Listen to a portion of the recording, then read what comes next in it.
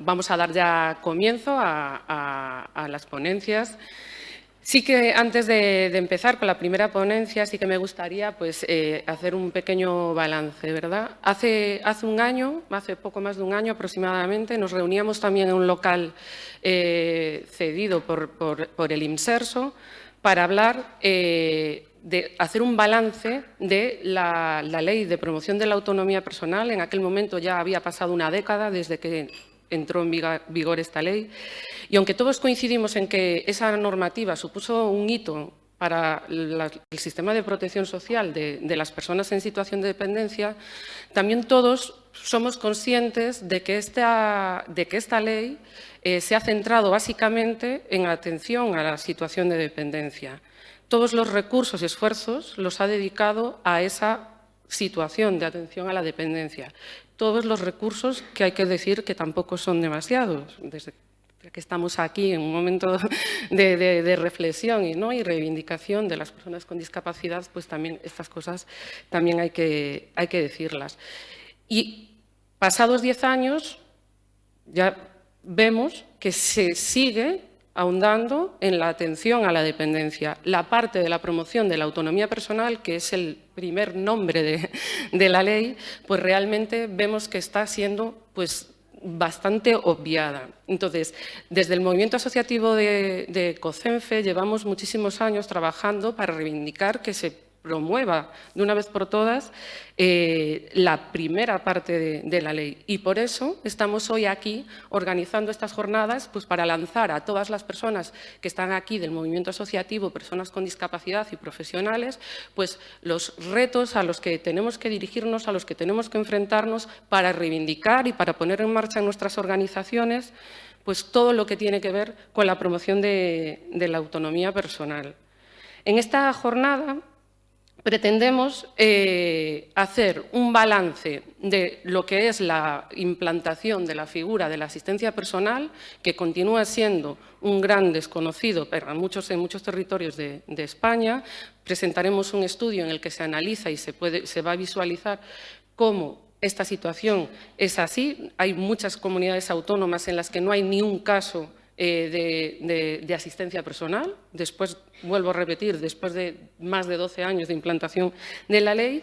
Y en esta primera parte de las jornadas vamos a analizar más profundamente, queremos entrar en esos retos que tenemos con todo lo que conlleva la transformación digital, esta nueva era en la que estamos inmersos y que, bueno, muchas veces parece que estamos viendo cosas que nos parecían impensables, que parecen de ciencia ficción, pero que son realidades y que tenemos que enfrentarnos a ella para tratar de conseguir mejoras en las personas.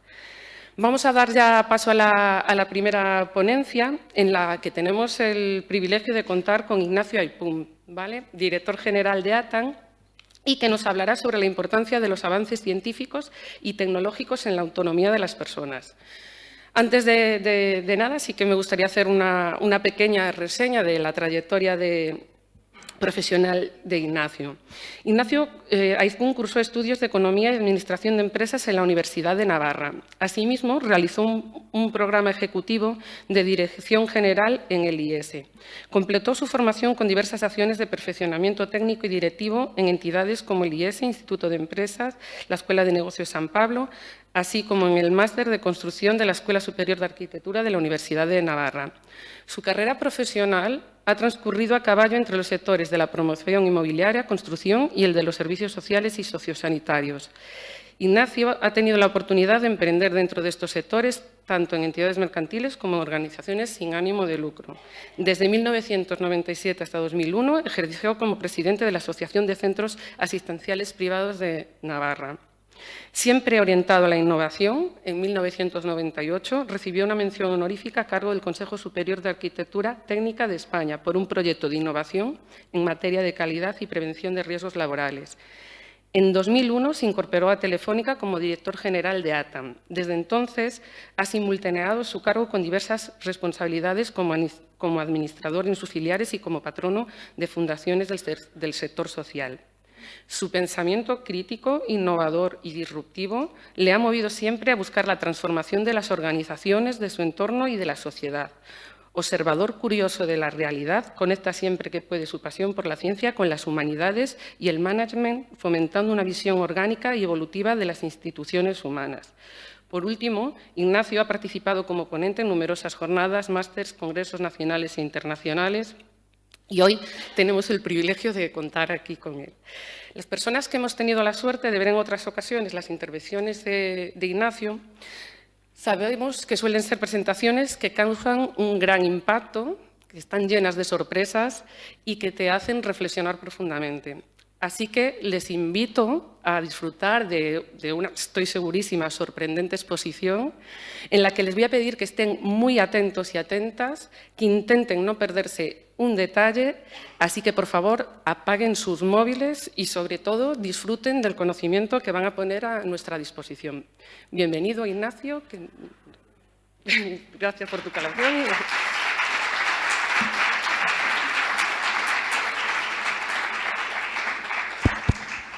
Muchas gracias, Elena. Buenos días. La verdad que con la presentación que ha hecho Elena yo estoy ahora un poco acongojado porque no sé si voy a ser capaz de responder a las expectativas. Muchas gracias.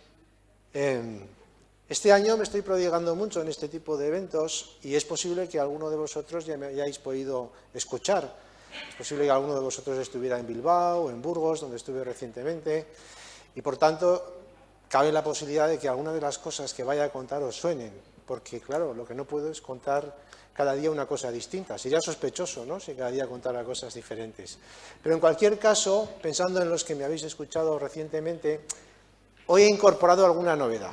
A lo largo del relato he incorporado algún elemento nuevo que yo creo que va a ser muy chulo, que va a ser muy inspirador y que nos va a ayudar un poco también a cerrar el círculo del relato, ¿no? Voy a coger el mando. Bien.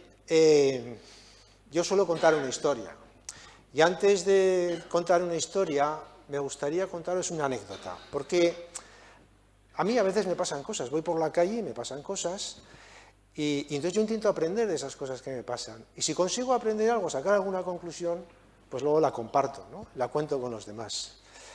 El caso es que iba yo el otro día por la calle y me encontré con un amigo. Mi amigo es el director de responsabilidad social corporativa de una gran compañía, una empresa que tiene más de 5.000 trabajadores. Y le pregunté, ¿con qué estáis ahora? Y me dijo, me han encargado que defina el propósito de la empresa. Ah, eso está muy bien. ¿Y eso por qué? Y me dijo, es que está de moda. Claro, hay que tener mucho cuidado con esto de las modas. Hace unos años se puso de moda el paradigma de la retribución al accionista. Y entonces nos entró un poco de remordimiento de conciencia. Rápidamente tuvimos que inventar otro paradigma, el paradigma de los stakeholders. Ahora la empresa ya no se debe solo al accionista, se debe al accionista, al trabajador, al proveedor, al cliente, a la sociedad en su conjunto, al medio ambiente, a todo el planeta. Y claro, ahora pues estamos un poco desubicados. No tenemos muy claro para qué estamos en este mundo y tiene que venir un señor a decirnos cuál es nuestro propósito. A mí esto me fastidia mucho. Me fastidia porque a mí siempre me ha gustado estar al día, estar a la última en esto del management, ¿no? Y me he dado cuenta de que estoy un poco amortizado, estoy un poco desfasado. Así que me he puesto a investigar, y he encontrado este libro. Este es un libro que nos habla de cómo reinventar las organizaciones. Según este libro, las organizaciones humanas son organismos vivos, organismos que tienen su propia alma y su propio propósito, independientemente del propósito que tengamos los demás. Hombre, yo creo que exageran un poco, porque a fin de cuentas las empresas no existen. Las empresas solo son ideas que están en nuestra cabeza, son constructos mentales que condicionan nuestro comportamiento, pero que no tienen una corporización real, no pueden tener alma. Más allá de un mero recurso dialéctico, poético, retórico. Yo diría incluso que platónico en el sentido literal de la palabra. Yo más bien soy de la opinión de este otro señor, Sir Ken Robinson, que en una conferencia que nos dio en Madrid, en el año 2015 nos dijo: las organizaciones humanas son como los organismos vivos. Y añade: debemos dejar atrás las metáforas mecánicas y lineales del industrialismo y construir nuevas metáforas más orgánicas del crecimiento y del desarrollo humano. Llegados a este punto, yo me acuerdo de este otro señor, Fredmund Malik. Este es un consultor austríaco y profesor de la Escuela de St. Gallen en Suiza, para quien las organizaciones humanas, las empresas, las fundaciones, COCENFE, son organismos complejos, organismos cibernéticos que están en permanente intercambio y retroalimentación de información con el entorno. Opina Malik que las escuelas de negocio, además de enseñarnos dirección financiera, dirección de tecnología, dirección comercial, dirección de recursos humanos, deberían enseñarnos ciencias de la complejidad. Porque si queremos comprender cómo gestionar un organismo complejo, lo que tenemos que hacer es mirar a la naturaleza, ver cómo lo hace la naturaleza. Yo, al final, he llegado a una conclusión. En la naturaleza, en el mundo, en el universo, existen dos tipos de organismos complejos. Los organismos complejos vivos y los organismos complejos no vivos, como este que vemos aquí.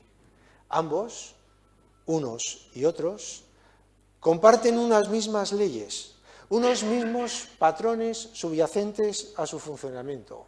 Son las leyes de la complejidad y de la evolución.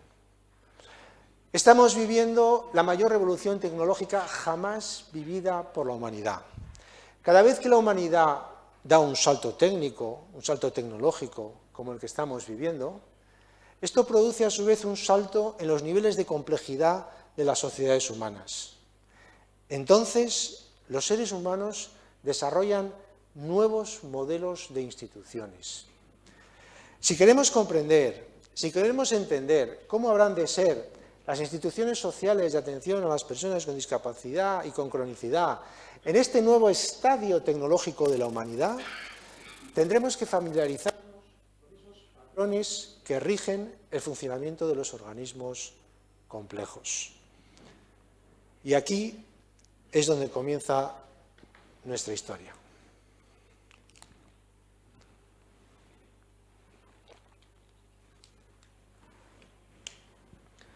Porque nuestra historia comienza hace 14.000 millones de años. Entonces, todo estaba confinado en un punto ínfimamente pequeño, lo que los científicos llaman una singularidad, un punto dotado de una densidad y una temperatura extremas. En un momento dado, ese punto detonó, y al detonar comenzó a expandirse. Y en la medida que se fue expandiendo, se fue produciendo un incremento gradual de los niveles de complejidad, de información y de conocimiento. Porque el universo, en la medida que se expande, crea conocimiento. Al llegar a este punto, yo me acuerdo del concepto de los sistemas complejos adaptativos. Los sistemas complejos adaptativos son entes que buscan regularidades en un entorno esencialmente incierto, esencialmente aleatorio. Y en un proceso de incremento gradual de los niveles de individualidad, de diversidad y de singularidad, las partículas interestelares dieron lugar al polvo interestelar y luego a las galaxias y luego a los planetas y luego, finalmente, los seres vivos. Los seres vivos son los sistemas complejos adaptativos más sofisticados que existen. Y dentro de los seres vivos, los seres humanos son los sistemas adaptativos, los sistemas complejos adaptativos más complejos. Si el ser humano tiene el mayor nivel de inteligencia conocido en el universo, no es porque tenga 90.000 millones de neuronas, sino por las relaciones que se producen entre esas neuronas, por las interacciones, por las conexiones que se producen entre esas neuronas. Podemos decir que la vida surge a partir de un proceso de incremento gradual de los niveles de complejidad, de información, de conocimiento, de individualidad, de singularidad y de diversidad. Donde no hay diversidad no puede haber vida. Y esto no es un posicionamiento ideológico de las entidades de la discapacidad, esto es ciencia. Se diría que en el universo operan como dos grandes fuerzas cósmicas. Una gran fuerza que crea desorden, que crea entropía, que reduce los gradientes, que lo homogeneiza todo y que, avanzando en la dirección de la flecha del tiempo, conduce el universo hacia su punto máximo de equilibrio térmico, la inanición y la muerte. Y hay otra fuerza que crea singularidad, que crea diversidad, que crea individualidad, que crea diferencias y que, combatiendo la entropía, crea vida. Esto lo explica muy bien el filósofo bilbaíno Jesús Mosterín, cuando nos dice que la muerte es el retorno al estado de indistinción previa. Otros científicos lo dicen de otra manera, dicen, la muerte es el retorno al estado de indistinción, al estado de equilibrio con el entorno. ¿Quién lo dice de otra manera? Dice, y al polvo has de volver.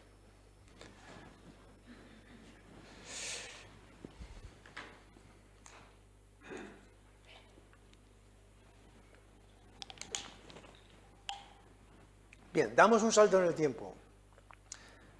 Estamos con la antigua Grecia. Es la era de los primeros científicos, de los primeros físicos. Y digo bien, porque la filosofía griega no fue más que un intento por comprender cuáles son esos patrones que subyacen al funcionamiento de la realidad, del universo, de las galaxias, de los planetas.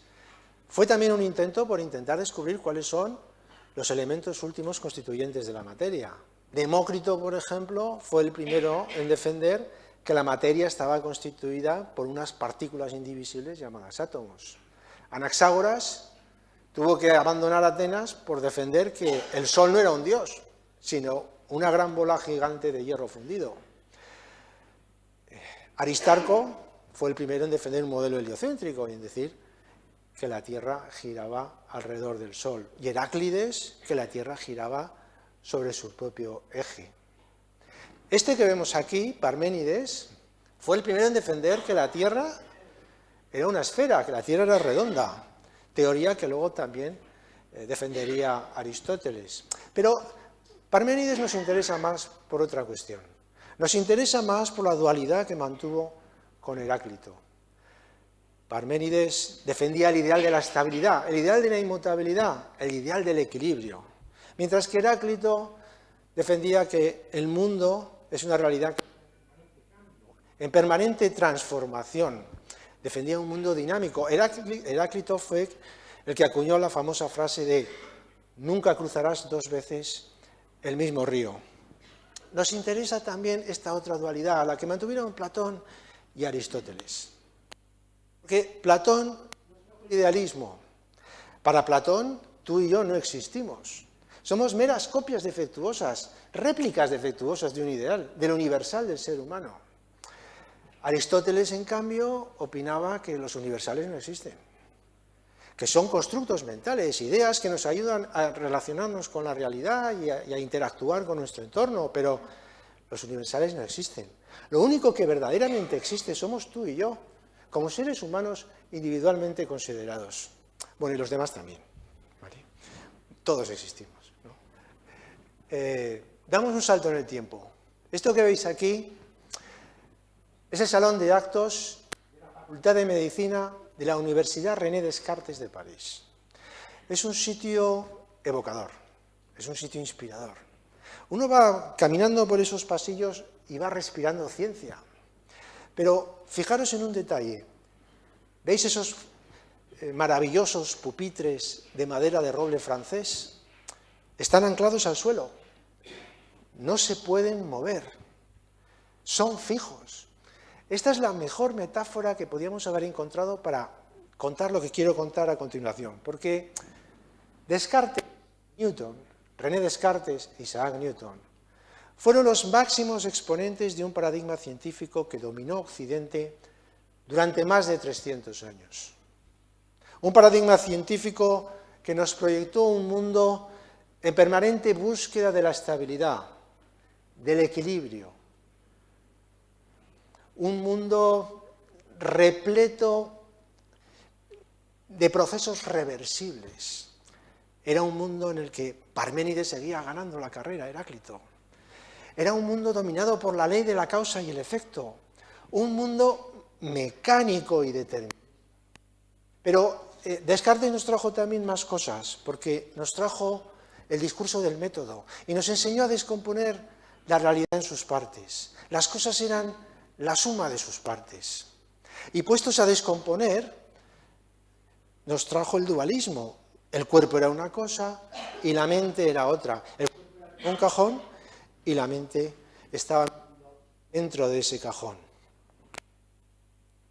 Y aplicados estos principios de la ley de la causa y el efecto y esta visión del mundo al campo de la fisiología, Descartes nos trajo la teoría del reflejo, que sería posteriormente perfeccionada y desarrollada por Lord Scott Sherrington, y que estaría en las bases de las enseñanzas de neurología en la mayoría de las facultades de medicina de todo Occidente durante muchísimos años. Y aplicadas esta visión del mundo, de la acción y la reacción y de la causa y el efecto al campo de la psicología, surgió el conductismo, cuyo máximo exponente fue Pavlov. ¿Y en medicina? En medicina aprendimos a descomponer el cuerpo en partes y desarrollamos una especialidad para cada parte. Surgió así una medicina súper especializada. Os voy a contar otra anécdota. Esta la cuento siempre, pero es real y como os decía antes, yo intento aprender de las cosas que me pasan, ¿no? Yo tengo una deficiencia visual, entonces yo periódicamente me tengo que hacer una revisión. Así que llamé a una clínica oftalmológica para pedir una consulta, para pedir una cita. Y la persona que me atendió me preguntó, ¿con qué especialidad quiere usted? Dije, ¿cómo que qué especialidad? Estoy llamando a una clínica oftalmológica. Quiero un oftalmólogo. Y me dijeron, no, aquí tenemos especialistas en córnea, especialistas en retina, especialistas en mácula. Yo le dije, mire, a mí me da igual, yo pienso llevar el ojo entero, no me voy a dejar la retina en casa. Bueno, bromas aparte, esta medicina tan súper especializada consiguió grandes éxitos, ha conseguido mejorar nuestras condiciones de vida. Hemos conseguido prácticamente erradicar las enfermedades transmisibles, porque os hagáis una idea, en el año 2015 apenas se detectaron 35 diagnósticos de polio en todo el mundo. Y todos se concentraron en 3 países, Nigeria, Afganistán y Pakistán. Pero la pregunta que yo me hago ¿es esta la medicina que necesitamos para el siglo XXI? ¿Es esta la medicina que necesitamos para el estado actual de la ciencia y la tecnología? ¿Es esta la medicina que necesitamos para hacer frente al hecho de la discapacidad, de la cronicidad y de la dependencia? Pero sigamos con nuestra historia, porque llega 1971 y con el año llega el invento del microprocesador. Y entonces todo se acelera.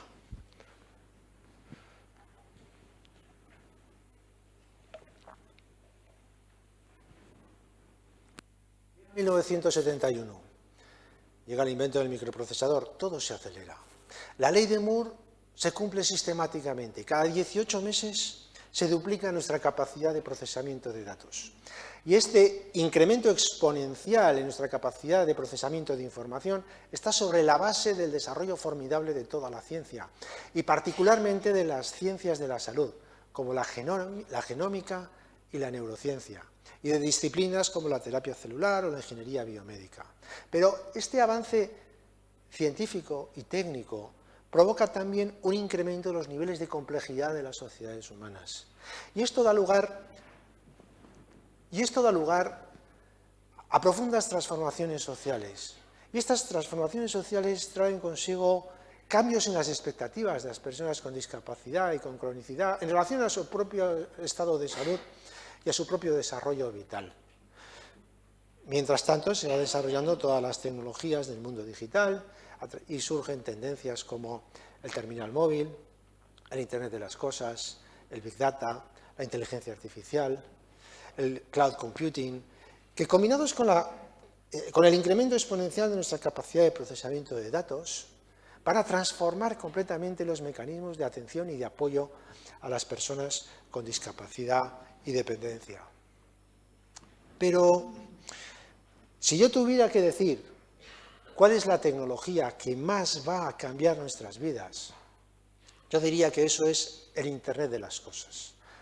Porque el Internet de las cosas está interconectando el mundo. Y un mundo extraordinariamente más interconectado es un mundo exponencialmente más complejo. Porque la complejidad es eso. La complejidad surge de la interacción dinámica de las partes constituyentes de un organismo. De esa interacción dinámica de las partes emergen propiedades que son nuevas, propiedades que son distintas de las propiedades de sus partes.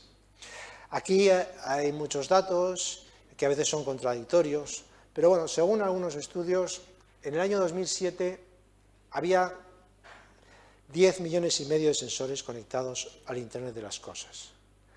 En el año 2013 había 3.500 millones de sensores conectados al Internet de las cosas.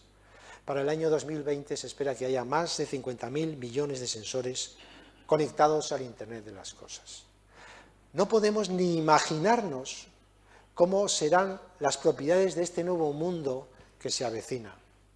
No podemos predecir, no podemos prever, no podemos planificar.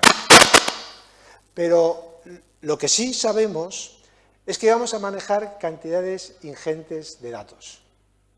Datos sobre las personas y sobre el entorno en el que desarrollan su vida. Y esto nos va a permitir hacer una intervención radicalmente más holística y radicalmente más personalizada. Y una intervención radicalmente más sistémica y radicalmente más ecológica. Pero esto nos trae más cosas. Es decir, este desarrollo científico, técnico y tecnológico y social está provocando también la emergencia de una nueva medicina. Es la medicina basada en la complejidad. Es un nuevo paradigma médico que tiene en cuenta una visión que tiene en cuenta toda la integralidad de la persona. Es una medicina que tiene en cuenta esa dualidad que representa la conciencia, el cuerpo y la conciencia, que deja atrás ese dualismo, que entiende que el cuerpo y la conciencia, el cuerpo y la mente son dos dimensiones de una misma realidad y que entiende el papel que juega la conciencia en la determinación del estado de la salud. Es una medicina que se compadece mucho más con la definición que da la Organización Mundial de la Salud del estado de la salud de una persona, para quien la salud es el perfecto bienestar físico, emocional y social. Es una medicina necesaria porque necesitamos aplicar las ciencias de la complejidad que hemos desarrollado durante el siglo XX a la resolución de los problemas médicos, porque únicamente el 2% de las enfermedades que padece la población mundial trae causa en un único gen. La mayoría de las enfermedades son producto de la interacción de diferentes genes y de la interacción de los genes con el entorno. Los pioneros de esta medicina basada en la complejidad han descubierto que ante un mismo problema médico, dos hipótesis distintas pueden ser igualmente válidas. Necesitamos dejar atrás un paradigma médico, una ciencia médica dedicada a la resolución de problemas médicos lineales, simples, donde buscamos la relación causal entre dos elementos, para pasar a una ciencia médica que aborde problemas médicos complejos, no lineales, donde podamos correlacionar múltiples elementos. Avanzar hacia la medicina basada en la complejidad significa dejar atrás una visión fragmentaria y estática del ser humano y pasar a una visión más holística y dinámica del ser humano. El principal reto que tenemos las entidades sociales dedicadas al cuidado de la salud de las personas con discapacidad y dependencia y cronicidad en el siglo XXI es alcanzar un conocimiento del funcionamiento del organismo humano entendido como un todo. Pero la pregunta que yo me hago es, ¿quién va a hacer esto? Porque hasta ahora no podíamos hacer esto.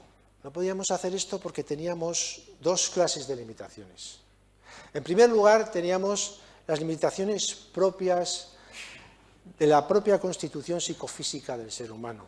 El ser humano no está biológicamente diseñado para aprehender la realidad en toda su completitud. Necesitamos fragmentar la realidad, necesitamos descomponerla en sus partes para poder interactuar con ella. Como dice el neurólogo catalán afincado en los Estados Unidos, Joaquín Fuster, el proceso es un proceso de categorización. Y teníamos otro tipo de limitaciones, eran las propias limitaciones de la capacidad técnica de computación de datos. Pero estas limitaciones estamos comenzando a poder superarlas, porque el desarrollo formidable de las ciencias de la complejidad, llevado a cabo durante el siglo XX, nos está permitiendo desarrollar un enfoque mucho más sistémico y mucho más holístico de la realidad. Nos está dando un nuevo marco mental para poder desarrollar una visión más holística de la realidad. Y el desarrollo extraordinario de las tecnologías dentro del mundo digital nos va a permitir aplicar formulaciones matemáticas complejas en la resolución de problemas médicos no lineales en los que podremos correlacionar múltiples variables. Pero la pregunta es, ¿quién va a hacer esto? Porque la tecnología no personaliza. La tecnología solo etiqueta. En el siglo XX manejábamos pocos datos y entonces aprendimos a gestionar esos datos, aprendimos a segmentarlos y a extrapolar conclusiones. Generamos grupos homogéneos, creábamos grupos homogéneos con características más o menos comunes y asignábamos las personas a uno de esos grupos. Clasificábamos a las personas, categorizábamos a las personas, etiquetábamos a las personas, platonificábamos a las personas.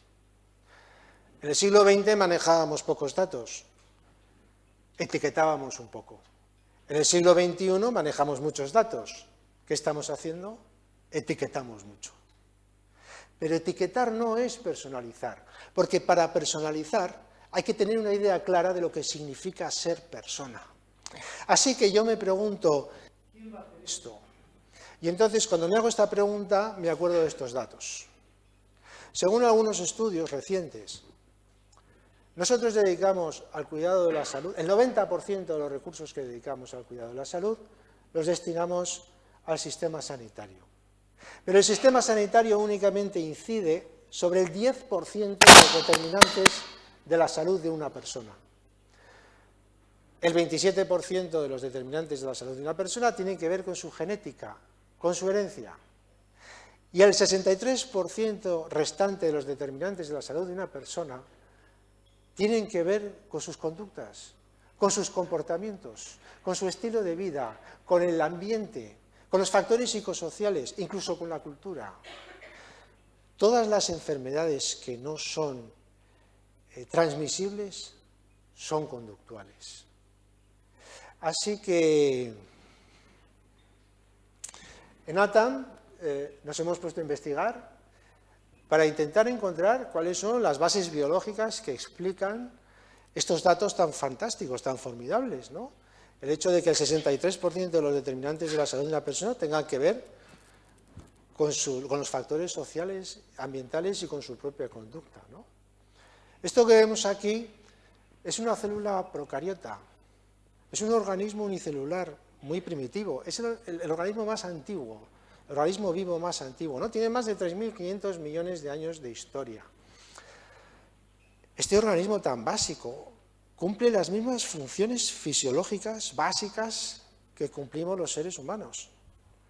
Respira, se nutre, intercambia energía con el exterior, excreta residuos, incluso tiene una cierta capacidad de movimiento, se desplaza para huir de los entornos más tóxicos y para aproximarse a los entornos más ricos en nutrientes. Como cuenta Antonio Damasio, el neurólogo portugués afincado en Nueva York, estos organismos muestran ciertas conductas y comportamientos que nos recuerdan mucho a los comportamientos sociales y a los mecanismos de cooperación social de los seres humanos. Y son muy listas. Estas bacterias son muy listas, son capaces de reconocer a sus primas. Saben cuáles son las bacterias que están más próximas genéticamente. Se unen a ellas y crean mecanismos de colaboración, ¿no? Pero, ¿veis esa línea amarilla que está alrededor del organismo? Eso es la membrana. La membrana fue la primera revolución de la vida, porque sin membrana no podía haber vida, porque nosotros somos, los seres vivos somos organismos, estructuras disipativas que intercambian energía con el exterior. Y para eso necesitamos generar una autocontención. Por eso decimos que sin individualidad y sin diversidad no puede haber vida. Porque para poder generar un orden interno a través del intercambio de energía y soslayar la tendencia general del universo al desorden, necesitamos generar esa suerte de contención. Pero claro, generar una contención, intercambiar energía con el exterior, producir un orden interno que contradiga la tendencia general del universo al desorden, producir reacciones químicas para crear diferencias de temperatura, de presión y de composición química que mantengan el organismo fuera del punto de equilibrio. En definitiva, soslayar y contradecir el segundo principio de la termodinámica. Para hacer eso hace falta mucha inteligencia. Y es evidente que estos organismos no tienen cerebro. La inteligencia de estos organismos está en la membrana, concretamente en las proteínas integrales de membrana, que pueden ser de dos tipos. Pueden ser receptoras y pueden ser efectoras. Las proteínas receptoras vibran como diapasones y captan los estímulos eléctricos y electroquímicos del entorno. Captan la información del estado en que se encuentra el entorno y transmiten esa información a las proteínas efectoras que producen las reacciones químicas necesarias para mantener el organismo fuera del punto de equilibrio. Las proteínas receptoras pueden mirar hacia afuera y captan la información del estado en el que se encuentra el entorno, o pueden mirar hacia adentro y captan el estado en el que se encuentra el citoplasma, el interior de la célula. Esto significa que en los organismos más primitivos, la membrana gestiona el proceso, o sea, controla el proceso de la homeostasis, el proceso que gestiona los mecanismos reguladores de la vida. Esto es importante. La membrana en los organismos más primitivos es la que controla la homeostasis, el proceso que controla los mecanismos reguladores de la vida. ¿Vale? Como hemos dicho antes, a partir de aquí se inicia un proceso de incremento gradual de los niveles de complejidad y la célula procariota da lugar a la célula eucariota y luego los organismos unicelulares, pluricelulares. Y entonces nos encontramos con células que están en el interior, que no tienen acceso a la información del exterior. Y entonces viene la segunda revolución de la vida, que es el desarrollo de los sistemas nerviosos, que primero son sistemas nerviosos reticulares y luego, en un proceso gradual de incremento de la complejidad, se va produciendo un incremento de la encefalización. Como diría Teilhard de Chardin, el paleontólogo y jesuita francés, el proceso de la evolución es un proceso de encefalización. De manera que llegamos a los sistemas nerviosos de los vertebrados, luego de los mamíferos, después de los primates y finalmente del ser humano. El ser humano tiene el sistema cerebral más complejo, capaz de desarrollar actividad mental más sofisticada. Pero la mente, en última instancia, no es más que el mecanismo más avanzado, más sofisticado, desarrollado por la evolución para gestionar, para cartografiar en el estado en el que se encuentra el organismo y el estado en que se encuentran sus relaciones con el entorno, con el contexto. La mente es la que controla la homeostasis en los organismos complejos. Es la que controla los mecanismos reguladores de la vida.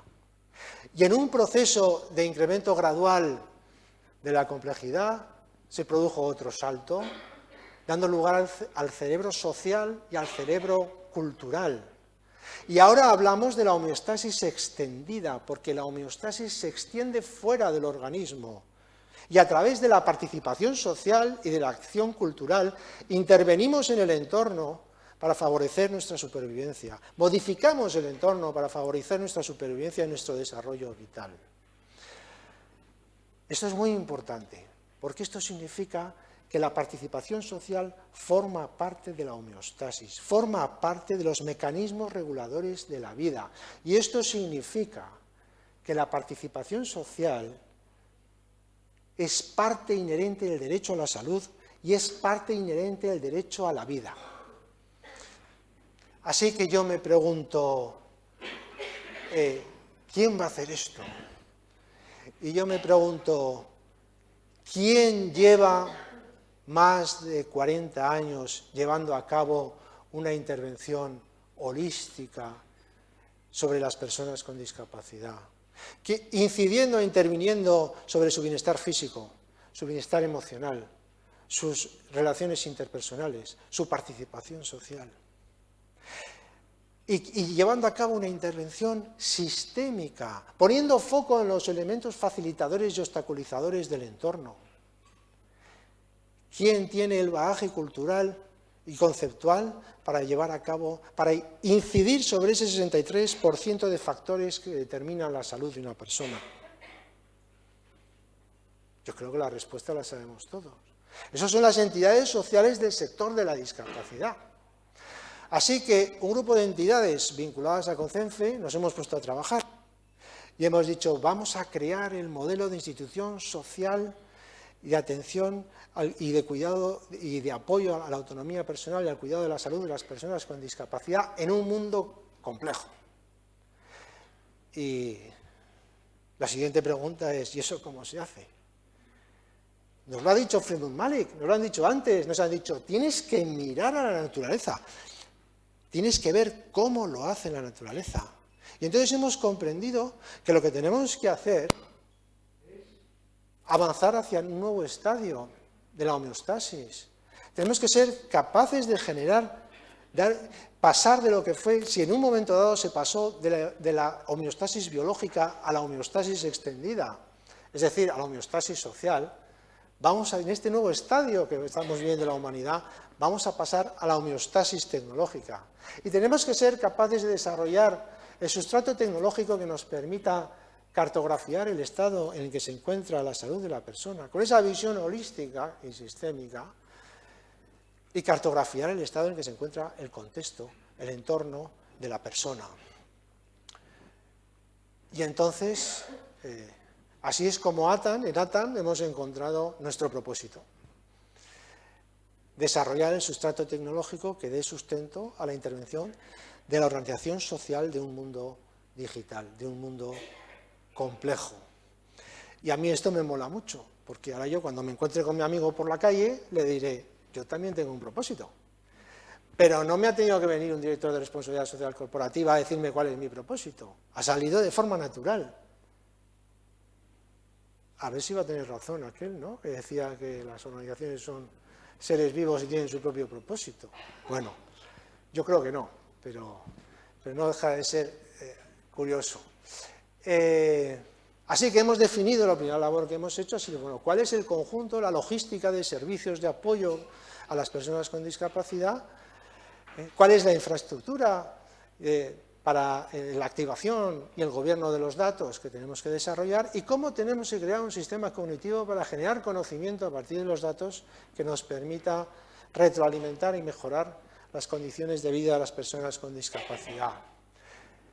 Para hacer esto, hemos tenido que llevar a cabo una profunda transformación y en colaboración con otras entidades de CONCEFE pues nos hemos puesto a desarrollar toda una serie de competencias, porque necesitamos adquirir una serie de competencias técnicas y de capacidades organizativas para poder hacer esto. Y la primera capacidad es la capacidad de monitorizar la actividad de las personas, poder localizarlas, poder generar zonas seguras, zonas de riesgo, y todo un sistema de alertas ante situaciones de riesgo que nos permiten actuar preventivamente, ¿no? En colaboración con entidades del campo de la enfermedad mental, hemos desarrollado una serie de experimentos, de experiencias piloto, para poder cartografiar, poder monitorizar la actividad de las personas. Y a través de sistemas de inteligencia artificial ir desarrollando modelos que nos permitan predecir cuando la actividad de las personas es indiciaria de una situación anómala en relación a la salud mental de la persona, ¿no? Hemos desarrollado también otra capacidad, otra competencia, es la capacidad de sensorizar los entornos donde viven las personas, ¿vale? Esto que vemos aquí es una tecnología que nos permite localizar a las personas dentro de los interiores de manera absolutamente personalizada, discriminando a las diferentes personas que habitan en un mismo lugar. Lo que estamos viendo ahora es la huella de calor que dejan esas personas. Es una tecnología que nos permite localizar a la persona con un margen de error inferior a 30 centímetros. Y a partir de lo que es esa huella de calor, poder desarrollar con nuestros sistemas de inteligencia artificial patrones de actividad que nos permitan deducir cuando está habiendo alteraciones en la conducta o el comportamiento de la persona, que pueda ser indiciario de un deterioro de sus niveles cognitivos o de su fragilidad. También hemos desarrollado otra capacidad y es desarrollar mecanismos que nos permitan monitorizar las variables de salud de la persona, las variables biométricas de forma continua, generando niveles de alerta, pero sobre todo no solo es importante poder establecer niveles de alerta, rangos, sino también poder analizar la evolución de la tendencia que siguen esas variables, incluso aunque no superen esos rangos máximos y mínimos, ¿no? Y la relación que existen las tendencias de las diferentes variables entre sí, ¿no? De esa manera podemos desarrollar evolutivos altamente personalizados, que no son platonificados. No generamos las alertas o los niveles de alerta en función de una categoría teórica a la que ascribimos a la persona, sino que responden a la historia personal y a la evolución personal, porque eso que vemos ahí es el comportamiento prototípico de una determinada variable para una determinada persona, no para una categoría abstracta. Hemos tenido que desarrollar también desde la forma tradicional de atender el cuidado de la salud de una persona hasta la personalización absoluta, hay pasos intermedios. Esto que vemos aquí son representaciones gráficas de sistemas de clusterización. Y lo que hacemos es identificar cuando una persona se sale del comportamiento prototípico del grupo en el que está asignada, ¿no? Y cuáles son las variables en las que se diferencia y cuáles son las causas que nos dan estos datos, ¿no? Esto es otra competencia, otra capacidad que estamos desarrollando, que es la capacidad de predecir. Esto es una experiencia muy divertida, y es que un colaborador nuestro de ATAM pues, tomó registros del tiempo en el que estuvo durmiendo durante una semana. Y al mismo tiempo se estuvo monitorizando diferentes variables de salud, ¿no? Pues nuestros científicos de datos, a partir de esos datos de salud, esas variables biométricas que se estuvo monitorizando durante ese tiempo, fueron capaces de predecir exactamente el tiempo en que esta persona había estado durmiendo. Incluso detectamos sistema nos indica que hay como diferentes fases, ¿no?, a lo largo de la noche. Podemos ver incluso que a determinadas horas del día sufre determinados episodios de somnolencia, que yo creo que es cuando se va a comer, pero él me dice que no, que esos procesos de somnolencia se producen cuando se reúne conmigo. Bueno, estamos poniendo en marcha otro proyecto de investigación para ver quién tiene razón, ¿vale? Bueno, el análisis del sueño va a tener una importancia muy importante en el futuro para conocer mejor y profundizar en el estado de salud de las personas. Pero esto no es lo más importante. Lo más importante es que a través de estos sistemas de redes neuronales recurrentes somos capaces de predecir determinadas variables del estado de salud de una persona. Y del mismo modo que hemos podido deducir esto, podremos deducir muchas cosas más, ¿no? También tenemos que ser capaces de prescribir, de ofrecer propuestas, ¿no? Esto que hemos desarrollado es una calculadora de probabilidad de desarrollar determinadas patologías mentales como depresión, ansiedad, problemas de sueño, etcétera, a partir de la correlación de más de 200 variables relacionadas con la salud de una persona. ¿Vale?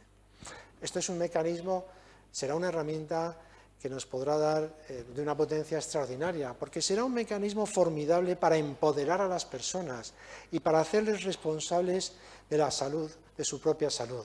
Porque modificando cualquiera de estas variables, podrá uno hacerse una idea de la probabilidad que tendrá de mejorar determinadas patologías o la probabilidad que tendrá de desarrollar determinados trastornos. Bien,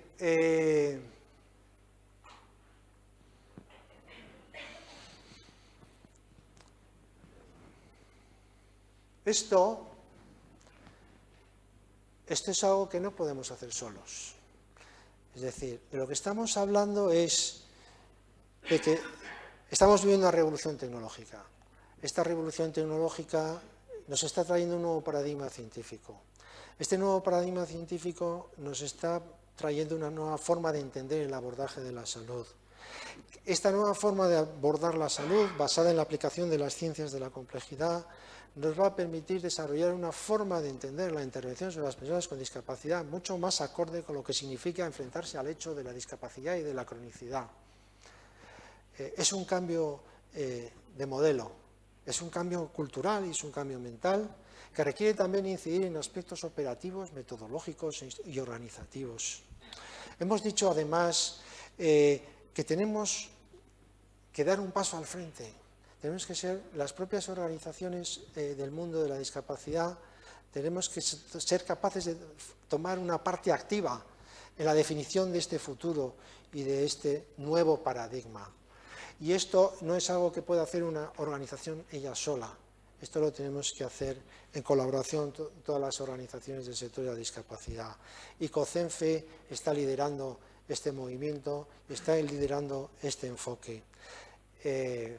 Algunos de los proyectos que hemos desarrollado, experimentales y de las experiencias piloto en la aplicación de estas tecnologías, lo hemos hecho con organizaciones de COCENFE, del entorno de Burgos, de Galicia, de Vizcaya, de Aragón, y próximamente ya vamos a poner en marcha ya una aplicación práctica para más de 500 usuarios, implementando las primeras soluciones de esta nueva forma de entender el apoyo a la autonomía personal y al cuidado de la salud sobre base tecnológica con la DEFA de Aragón, en un modelo de colaboración en el que ATAN proveerá de las soluciones tecnológicas y la DEFA de Aragón pondrá la operación de los servicios desde el entorno local, desde la proximidad, ¿no?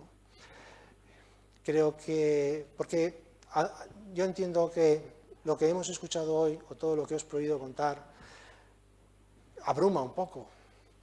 Puede parecer un poco fantástico, ¿no? Nos puede parecer, bueno, sí, son cosas que hacen los de ATAN y ellos pueden hacer estas cosas, pero nosotros estamos en el día a día y nos resulta mucho más difícil entender cómo aplicar todo esto, ¿no? Pero yo lo que os quiero transmitir es un mensaje de confianza y de esperanza de cara al futuro, en el sentido de que tenemos experiencias en las que hemos podido comprobar que a través de la colaboración entre las entidades podemos materializar la aplicación de estas nuevas formas de entender el cuidado de la salud y la autonomía de las personas con discapacidad y llevarla a la práctica y construir entre todos este nuevo paradigma que nos permita asegurar que la tecnología se pone al servicio de las personas. Gracias.